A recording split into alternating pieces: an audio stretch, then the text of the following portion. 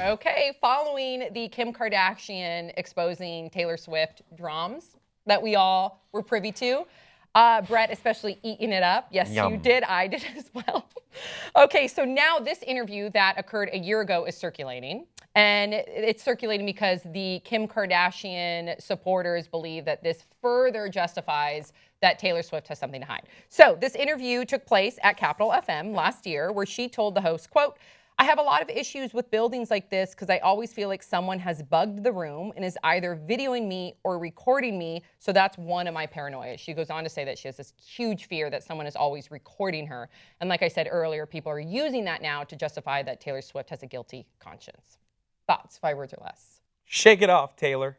Start dating Jake again. Gyllenhaal. Swift justice? Ooh. Karma's a bitch. Wow. If it's true. That had parts. Yeah.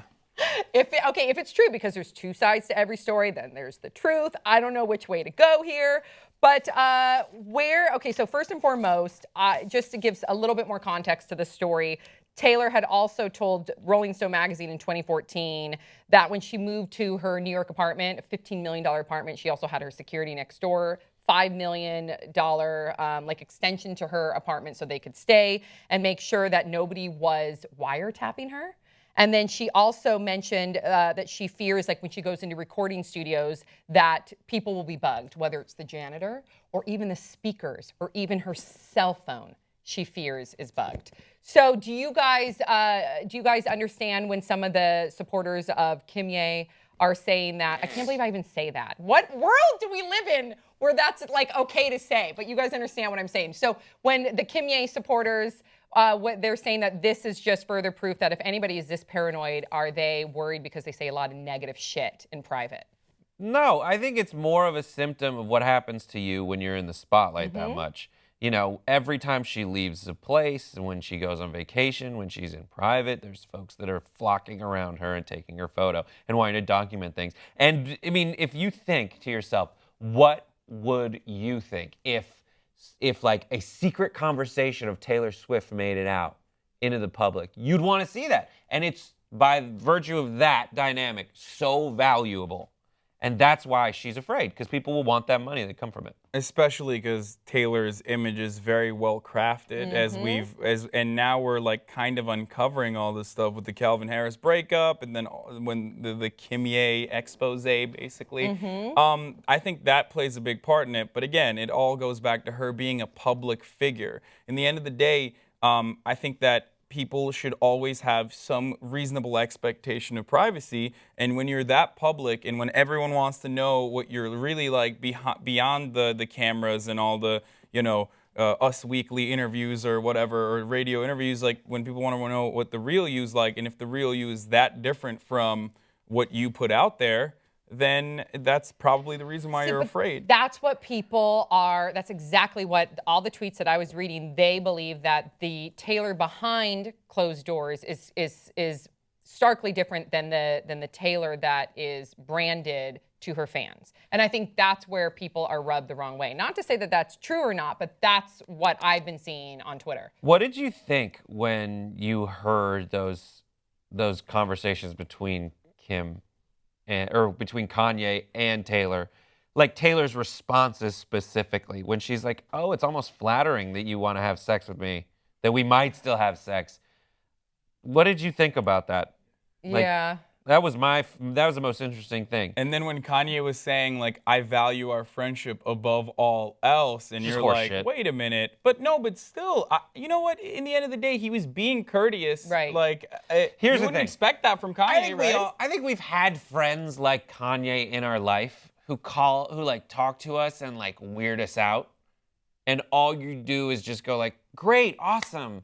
Oh, that's so nice. Yeah. Good job. Fantastic. Thanks for the flowers that you sent that were just a square of flowers. That was nice. And I'll see you next time." Because I've been watching a lot of Big Brother and a Big Brother Bachelorette. move. And The Bachelorette, but that's different. A Big Brother move is to put someone in a position where they can't really say no. And if they do, they're an asshole.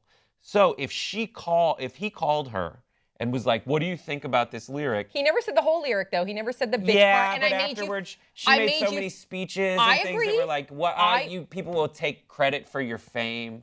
Well, maybe he did that in tweets. That's because he did that in tweets. But that's because he never disclosed to her about the "I made you famous" part, and her speech was only in reference to the "I made you famous" part. Yeah, I think that's what she's most upset she did say about. the misogynistic part too. No, but I think in reality, that's the one part that she's the most upset about is that I made you famous. But she did call him misogynistic because of the sex part, and then she never clearly was upset about the sex part. I know, that was an easily defendable part. position. That's why she was trying to play the victim in that instance. But like, I think the real problem is that he said that he made her famous. Yeah. Because she's mentioned that like she sold 7 million albums before the 2009 controversy. Like she's mentioned that before. But that song hadn't come out yet. And in the conversation they have that's recorded. It's pretty bullshit that he's recording, though. He's almost waiting for that other shoe to drop, almost waiting to make sure, I got proof, God forbid, if she slams me later on. I don't know. I think it's such horseshit. It's not, it doesn't feel altruistic. When I was a kid, what would happen would be like there would be a sleepover of girls on the other line, and they'd call you. Oh, right, And they'd be like, what do you think about Alice? And you'd be like, she's fine. And then you'd hear, I used to do that. Yes. Yes. You know? Yeah, because you're terrible. Well, no, that's what you do when you're 11 and at a sleepover party. When you're 11. Not right. And yeah, that's right. When you're 11. Happened when he's however old he is. Yeah. I think he's just. I think he's protecting himself. I don't think that's that big of a deal. Which is it a publicity stunt, as people have now claimed? Is it a publicity stunt? Why would you want? I guess bad publicity is good publicity, but I wouldn't want bad publicity. Here's the thing: he didn't make Taylor Swift famous. Yeah. Like when he interrupted her on stage, and I said this on this show before. When he interrupted her, she just beaten Beyonce. Yeah. That's what the whole thing was about. Right. She just trounced the shit out of Beyonce. Yeah. Yeah. And he was upset about that. If you combine Kim and Kanye's Twitter followers, you're almost to how many Taylor has.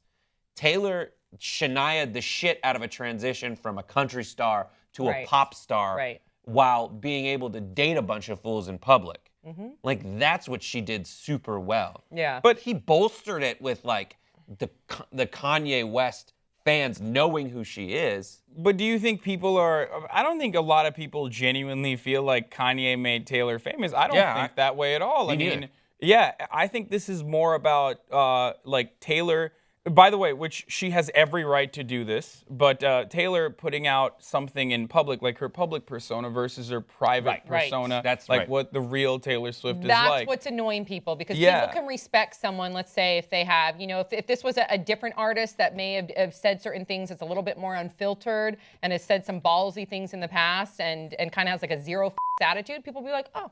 But because it's Taylor and they feel like they're getting two different Taylors, I think that's what bothers people. Especially because I feel like a big part of her branding is what sells all of her, like, is the emotional connection that her fans feel to herself. Music is a very personal experience that you have when you're listening to someone. Right. Like, everyone has a different take on it, but I feel like probably millions of her fans feel like, oh, this is the real Taylor Swift. Like, I love her. I can identify with her. I understand where she's coming from. And then when that veil is lifted, all of a sudden, is that going to actually, ruin her record sales possibly? But here's the thing. I feel like we have to move on. No. Why do we care so much about this story? Okay, one more thing. Last it's a good thing, story. Brett. So the thing is, it doesn't have to be an all or nothing thing. It doesn't have to be that Taylor Swift is either genuinely what she puts out or this is a total manipulation of herself. It might be that Taylor is most of the time what she puts in her music, plus, like, when she encounters someone like Kanye West, who, when she met him, did the fucking weirdest thing ever. I would not be able to get over that. She's like, listen, when Kanye calls and sends me flowers, I don't know what the he's gonna do. Right.